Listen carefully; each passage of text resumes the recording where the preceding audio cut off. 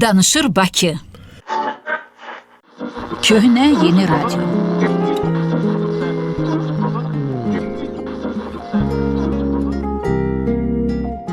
Axşamınız xeyir əziz dinləyicilər. Köhnə Yeni Radionun studiyasında Əli Məhəmmədoğludur. Hər gün ömürdən gedir. Saat kimi, uşaqlıq kimi, sağlamlıq kimi, gənclik kimi. Yaşadığımız zaman su kimi damla-damla süzülür ömrümüzdən. O da gedir bizim kimi. İnsanlar da gedir, zaman da. Yolcusu olduğumuz yol çox qəribədir. Döngəli, keşməkeşli, fərqli ağ-qara zolaqlarının izinə düşüb gedirik. Hamımızın yükü var bu yolda. Hərə daşıya biləcəyini daşıyır, çəkə biləcəyini çəkir. Beləcə baş alıb gedirik hərəmiz öz yolumuzla. Hərəmiz öz yükümüz, dərd-sərimizlə. Bu bizim gördüyümüz yoldur. Bir yolda var həyatımızda, onu görmürük, duyuruq. Xatirələrimizdəki yoldur bu. İnsan xatirələrsiz yaşaya bilməz. Köhnə Yeni Radyo.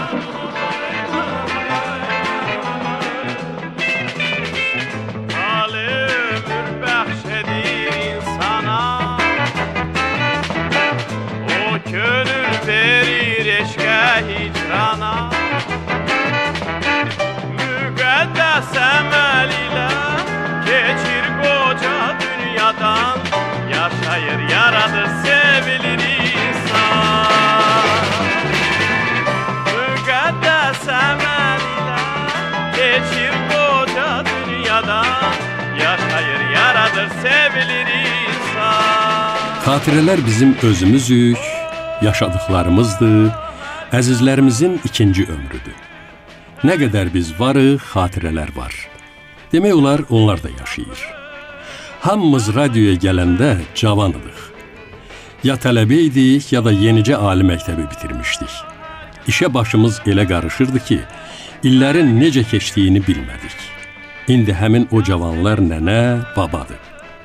Radiomuzun yaşının üstünə yaş gəldikcə, o ucalıb, bizsə yaşlanmışıq. Ömrümüz hədər getməyib. Bu möhtəşəm qalaya hərəmiz bir kərpiç qoymuşuq. Demək, bizim də xidmətlərimiz var. Və bunu hər dəfə deyəndə ürəyimiz fərəh hissi ilə çırpınır.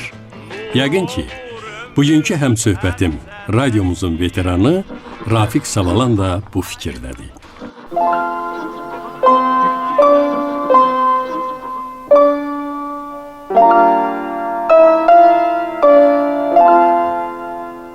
Rafiq müəllim, xoş gəlmisən. Xoş gününüz olsun. Mən sizə təşəkkür edirəm ki, Təşəkkürdən qabaq, Rafiq müəllim. məni yaddan çıxarmamışsınız. Rafiq müəllim, yaddan çıxarmaqdan söhbət belə gedə bilməz. Mən həmişə demişəm, adam var ki, uzun illərdir tanıyırsan, salamlaşırsan və insandır da yaşayır özü üçün. Adamda var ki, hər onu görəndə ürəyin riqqətinə çırpınır və elə bil ki, doğma əziz bir adamın görürsən. Bax, siz mənim həyatımda elə adamlardan birisiniz. Mən dinləyicilərimizə xatırlatmaq istəyirəm ki, mən ilk radioya gələn illər bu 1967-ci illəridir. Mənim radioda ilk üns tutduğum adamlardan biri Rafiq Savalandır. Rafiq Savalan, bilirsiniz, o qədər səmimi, o qədər zəhmətkeş, o qədər. Bax, indinin özündə Rafiq müəllimi biz bu verilişin yazısına dəvət eləyəndə hamımızdan qabaq gəlmişdi. Mən lap ilk gənclik illərindən onu bilirdim ki, Rafiq Savalan işə gələndə əvvəlcə gedir Şıxov çimərliyində çimir, saat 6-da, sonra qayıdır gəlir işə, qəzetlərin xülasəsi, o vaxtda ən tez hazırlanan veriliş oldu. Əslində öz evinizin qonağısınız. Siz bura sizin üçün ən doğma bir yerdir və mən özümü, nəinki sizi mən öz qonağım hesab, mən özümü sizin qonağınız hesab edirəm. Çünki siz məndən bir neçə il qabaq işləyirsiniz burada və mənim oğlum o Türkiyəyə ilk qəbul olunan uşaqlardan biri idi. Mən o qədər fərəh hissi duyurdum, o qədər ürəyim çırpınırdı ki, kaş bir doğma insan görəydim. öz fərəhimi, sevincimi onunla bölüşəydim. Və bu anda Rafiq müəllim, siz mənim qarşıma çıxdınız və Allaha dua elədim, ay Allah, nə yaxşı adam çıxartdın qarşıma.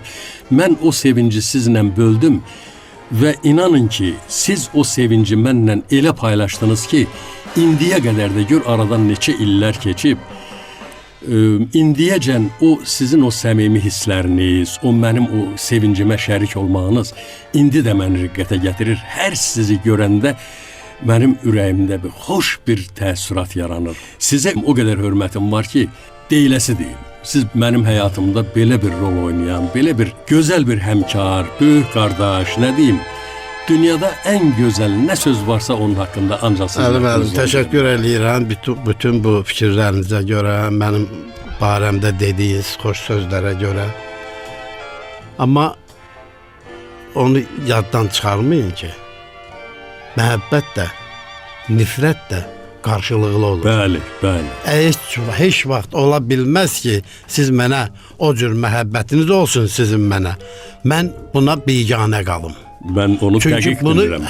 Bu insan xislətindən doğan məsələdir bu. Başqa cür ola bilməz.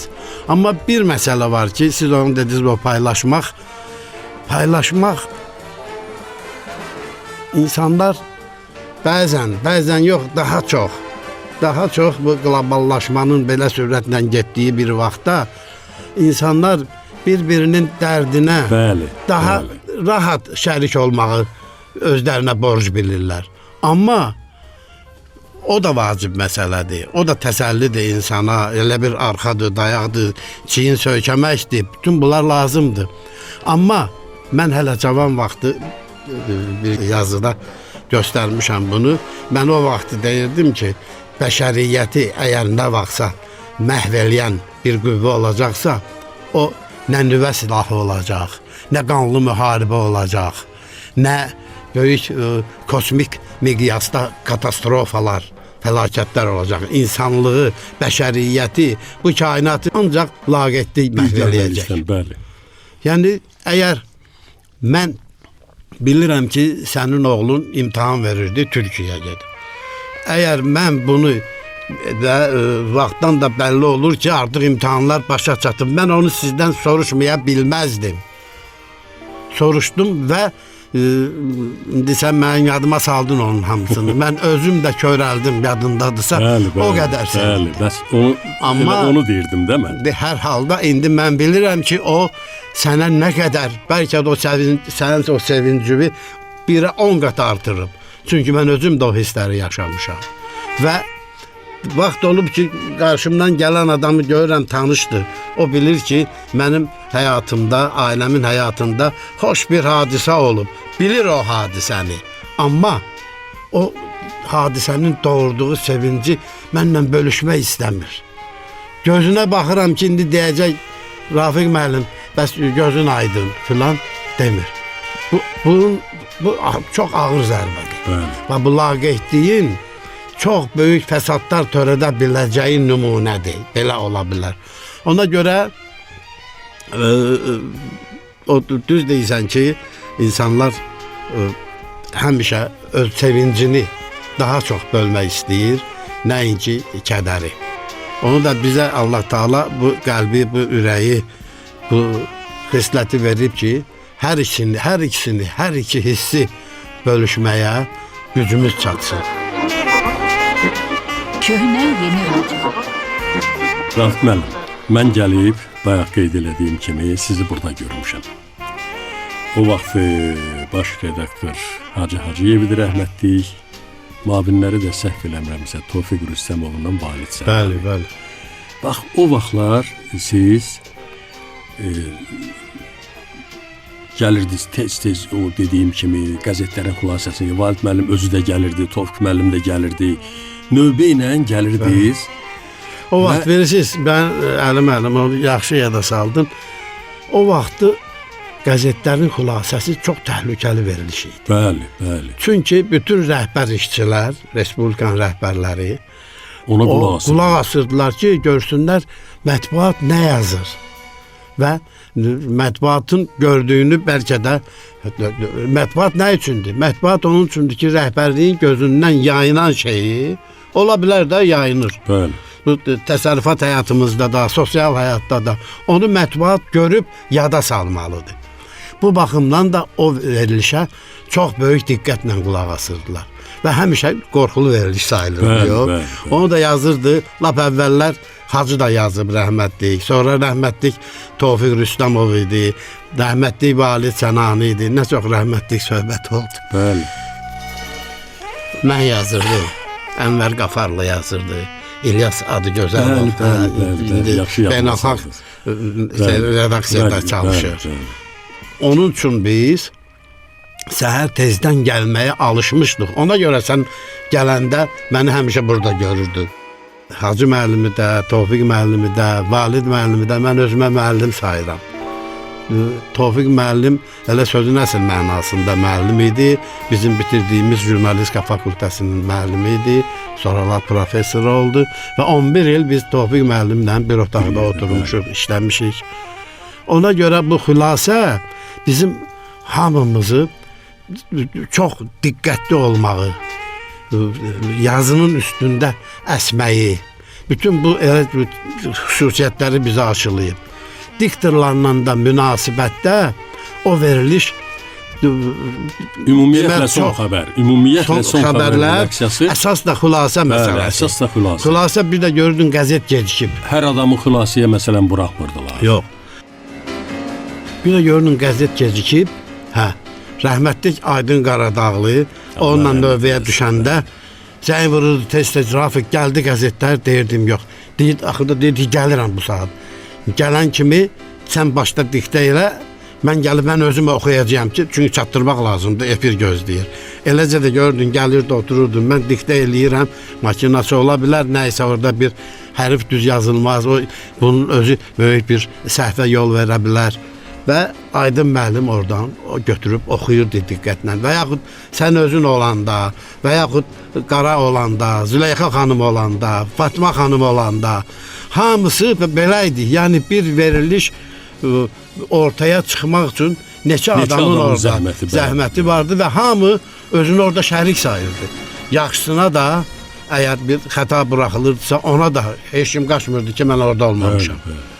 Və bu birlik, bu hər şeyi paylaşmaq gücü, qüdrəti, mən bunu qüdrət deyərəm ki, pis şeydən nə var ki, qaçaram, əslində mən demək olar ki, sən onu oxumaya da bilərdin, sənin vəzifən deyir. Amma onu deyərsən ki, deyirdik ki, məsəl olurdu da bəzən. Məsələn, Aydın müəllim deyirdi, mən də oxumuşam, tələsi idi, belə bir şey oldu. Ona görə o vaxtın o dostluğu da, yoldaşlığı da, qardaşlığı da, qohumluqdan tamam başqa şeydir. Artıqdır. Ben görəndə elə bilirsən. İndi bax mən indi bu radionun binasına adladım. Neçə adam çıxdı qabağıma, hamısı qucaqlaşır. O köhnə işçilər görüşəndə elə bilirsən ki, ən doğma, ən əziz adamı görürsən. Rahim müəllim, bütün bunlarla yanaşı son xəbərin yeganə bir çatışmayan cəhəti var ki, bu son xəbər redaksiyasında işləməyin daha doğrusu yeganə bir çatışmayan cəhəti var ki, insanın potensialı müəyyənləşdirə bilmir.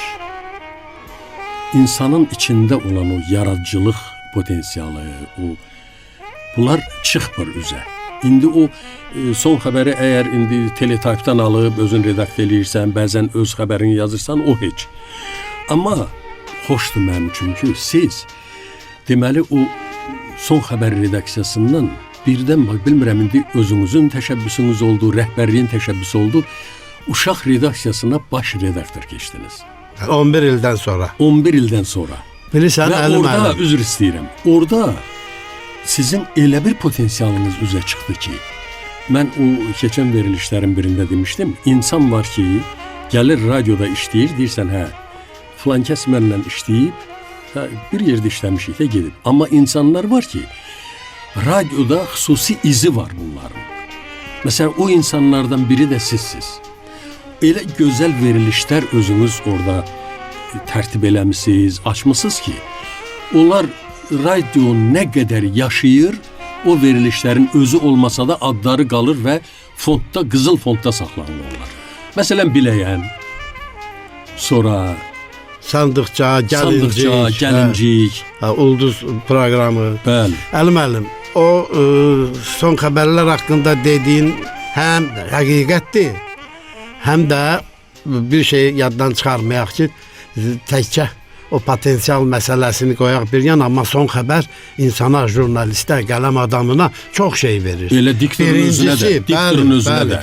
O diktor əgər son xəbəri oxuya bilməyən diktor bəli, o canlı efirdə çıxıb onu oxuyanda o bütün özünün əslində bir tərəfdən də o potensial imkanlarını səfərbər edir. Radioda bu son xəbərlə televiziyanın özündə də son xəbər jurnalistə də o verilişin tam hasilə gətirilib efirə buraxılana qədər iştirakçıların hamısına çox şey verir. Məsələn, biz gəlib yarım saatın içində bir 10-15 dəqiqəlik xəbərləri mən tərcümə elirdim, Tofiq müəllim elirdi, Valid müəllim elirdi. Dərhal onu birbaşa maşinasıya diktə elirdik. Bunun özü elə birbaşa sinxron tərcümə çox ağır işdir. Ağır işdir. Dünyada mən o vaxtki tədqiqatların nəticəsi ilə bağlı o vaxt bir informasiya oxumuşdum ki, dünyada ən ağır iş ikidir. Biri kesonda işləyən şaxtaçıların işidir, ağır. Bir də sinxron tərcümə ilə məşğul olanlar. Nəbzi insanın o sinxron tərcüməni eləyən adamın nəbzi 150-yə çatır. Yəni bax, bütün bunları son xəbər verir adama. Amma insan orada yetişdikcə, püxtələşdikcə sən deyən məsələ çıxır ortaya ki, ay dadı bir dad. Başqa bir şey olaydı. Mən deməli qələmim var, yazıçılıqla məşğul ola bilərəm. Mən yaxşı tərcümə ilə məşğul ola bilərəm və yaxud başqa iş görə bilərəm. O vaxt məni bir neçə yerdən dəvət elədilər. Bu təşviqatçı jurnalına məsul katib dəvət elədilər. Sonra Azərinform deyirdilər, Azərbayca. Hə. Oradan məni tərcümə şöbəsinə müdir çağırdılar. Bunu o vaxtı Valid eşitmişdi ki, elə çalışırdı mane olsun. Axırda getdi sədrin yanına ki, bəs bu Rafiqi aparacaqlar. İndi siz Allah bunu övünmək kimi mənə qələmə vermirəm. Belə şey olur. Aparacaqlar çünki o validin gözünün qabağında onun çox zəhmətinin sayəsində azdan çoxdan yetkinləşmiş bir jurnalistə çevrilmişdim də. Hə, o da istəmir əldən çıxsın belə. Sədrə demişdi ki, bəs belə neyniyək bəs? Burada saxlamaq lazımdır onu. O da deyib ki, yaxşı saxlayaq, amma nə vəzifə verək ona? O vaxtı rəhmətlik Məstan da baş redaktor idi, uşaq redaksiyasında və o başqa yerə getmişdi. O vəzifə boşalmışdı. Nəysə bunlar qərara gəliblər, mənə də çağırdılar. Valid deyib ki, mən bilirəm o başarar. Çağırdılar. Dedim, əgər məsləhət görürsünüzsə, mənim də əslində ürəyim yox idi getməyə. Üzüm gözüm örgəşib, ilk iş yerimdir belə. Nəysə qaldım və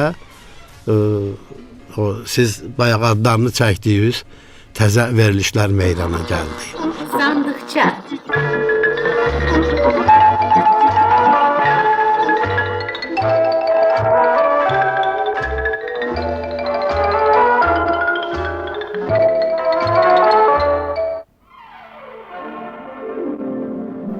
Bugün sizə uzaq bir kəndin uşaqlarından danışacağıq.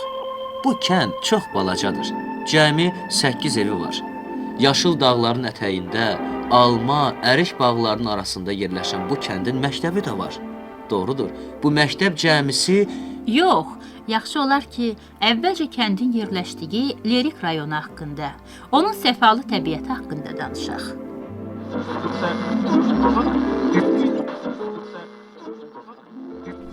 Mən hələ uşaq vaxtı Xoruz Baba verilişini eşidirdim. Çox pis olurdum, açığı deyim. Məndən yaşlı həmkarlarımın hazırladığı verilişdir. Xoruza Baba demək. Moskva radiosunda bir veriliş vardı. Petushok, Zalatoy Gribeshok. O vaxtda bütün müttəfiq respublikaların o kütləvi informasiya vasitələri Moskvadan örnək götürürdülər filan. Burada da yəqin başqa respublikalarda da buna oxşar bir veriliş yaranmışdı. Mən gəldim birinci o Savalan Baba verilişini açdım. Rəhmətlik Eldar baxışla. Bəli. Hə, onun da çox köməyi idi mənə. Buna onda mənim Allah işçim rəhmət idi o. eləsin, Hə. Şey deyirlər ki, niyə məhz Savalan baba?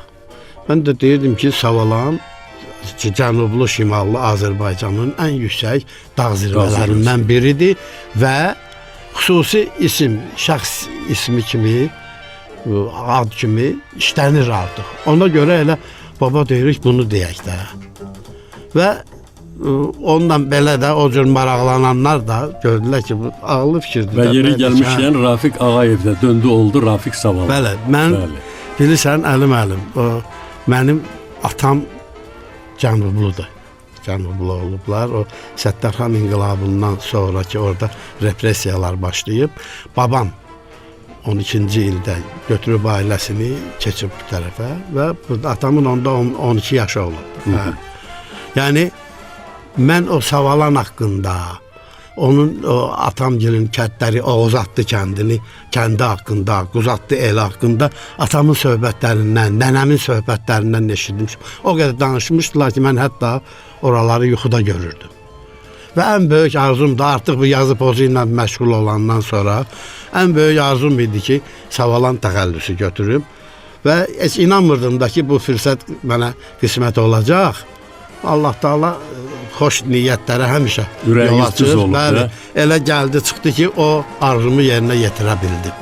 Və Savalan Özdə- baba artıq özdə o veriliş Savalan baba da, yoxdur, düzdür.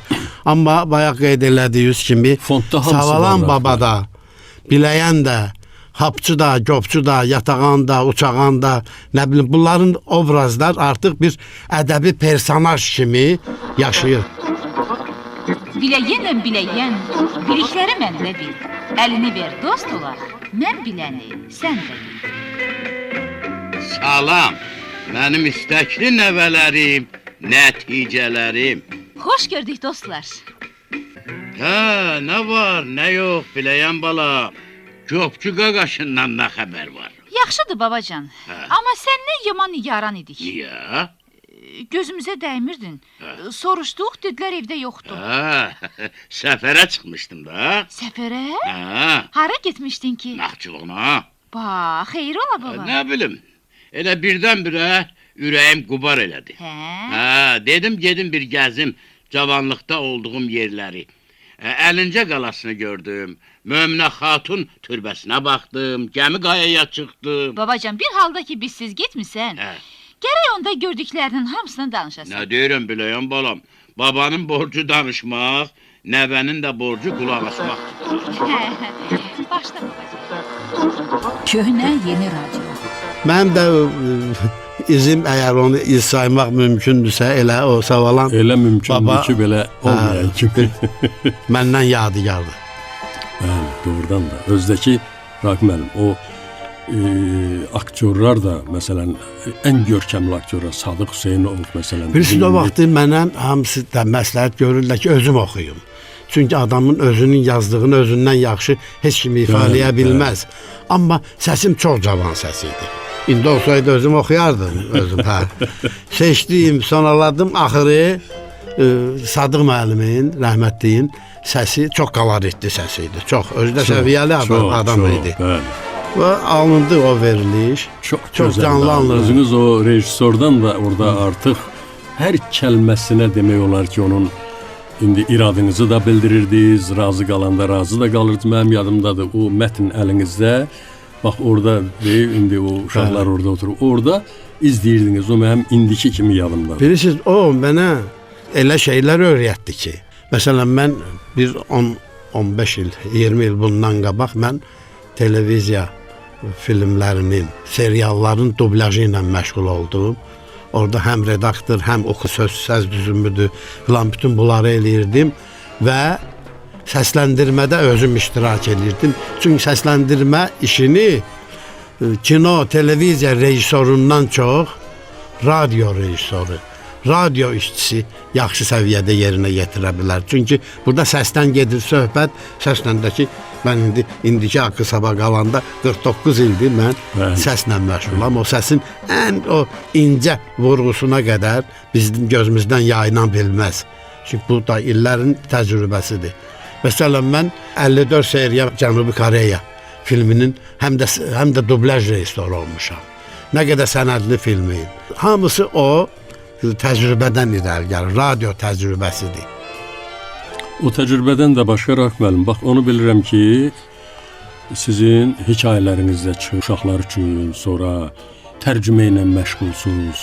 Tamaşalarım var. İndi məsələn bizim televiziyanın Qızıl Fondunda mənim tərcümə eləyib Azərbaycan televiziyası üçün işlədiyim 5 tamaşa var.